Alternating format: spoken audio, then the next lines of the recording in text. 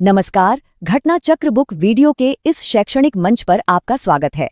हमारा उद्देश्य है ज्ञान को सरल, स्पष्ट और सुलभ रूप में आप तक पहुंचाना। आइए आरंभ करते हैं अध्ययन और सफलता की इस यात्रा को। तो चलिए आज कानून के एक बड़े ही दिलचस्प सवाल को समझते हैं। जब कोई अपराध होता है तो उसका मुकदमा आखिर किस अदालत में चलता है?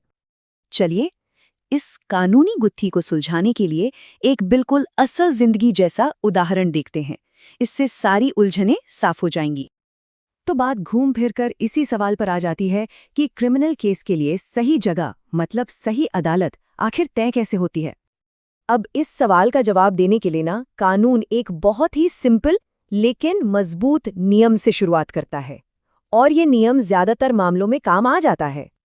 और इस बेसिक कॉन्सेप्ट को ही कानूनी भाषा में स्थानाधिकार का सामान्य नियम या a general rule of territorial jurisdiction कहते हैं।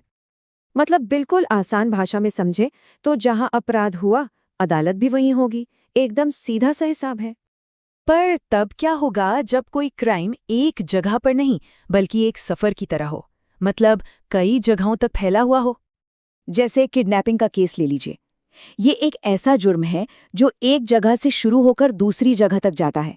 तो कानून यहाँ थोड़ी सहूलियत देता है। मुकदमा उन सारी जगहों पर चल सकता है जहाँ से विक्टिम को ले जाया गया, चाहे वो किडनैपिंग की जगह हो, रास्ते की कोई जगह हो, या फिर जहाँ उन्हें छिपा कर रखा गया था। और यही लॉजिक ना उन मामलों पर भी लागू होता है जहाँ एक काम दूसरे से जुड़ा हुआ हो और दोनों मिलकर कोई अपराध बनाते हों। ऐसे केसेस में मुकदमा दोनों में से किसी भी जगह पर चलाया जा सकता है। चलिए अब आगे बढ़ते हैं और देखते हैं कि कानून कुछ खास तरह के अपराधों के लिए अलग नियम कैसे बनाता है, जहां अपराधी या चोरी का सामान कहाँ मिलता है ये बात ज्यादा जरूरी हो जाती है। अब देखिए ये कितना दिलचस्प है। चोरी के मामलों में दो जगह हो सकती है ट्रायल के लिए, एक तो जहां चोरी हुई और दूसरा जहां चोरी का सामान मिला। इससे पुलिस को जांच करने में काफी आसानी हो जाती है। बिल्कुल यही बात डकैती जैसे और भी संगीन अपराधों पर भी लागू होती है। मुकदमा या तो वहां हो सकता है जहां डकैती हुई या फिर जहां आरोपी पकड़ा गया। तो ये जो खास नियम है वो खास तौर पर इन गंभीर अपराधों के लिए है। डकैती, डकैती के साथ मर्डर, डकैतों के गैंग का हिस्सा होना या फिर कस्टडी से भाग जाना। ऐसा इसलिए किया गया है ताकि पुलिस को जांच करने और अपराधियों को पकड़ने में मदद मिले। बात सिर्फ देश के अंदर की नहीं है।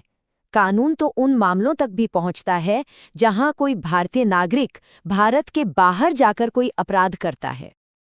तो अगर कोई भारतीय नागरिक विदेश में जुर्म करता है तो मुकदमा भारत में उस जगह पर चल सकता है जहां वो व्यक्ति मिलता है।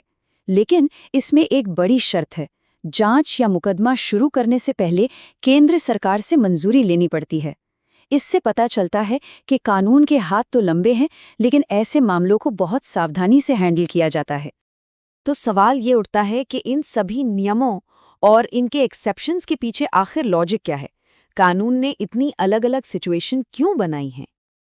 देखिए ये पूरा का पूरा ढांचा ना प्रैक्टिकल बातों पर टिका है।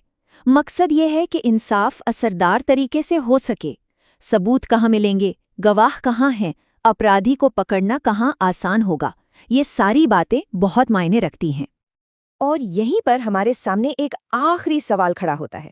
ये नियम न्याय की ज़रूरतों और प्रैक्टिकल असलियत के बीच एक बैलेंस बनाने की कोशिश करते हैं। तो एक फेयर लीगल सिस्टम के लिए ज़्यादा ज़रूरी क्या है? सख्त नियमों पर टिके रहना या फिर असल दुनिया की ज़रूरतों के हिसाब से ढलना?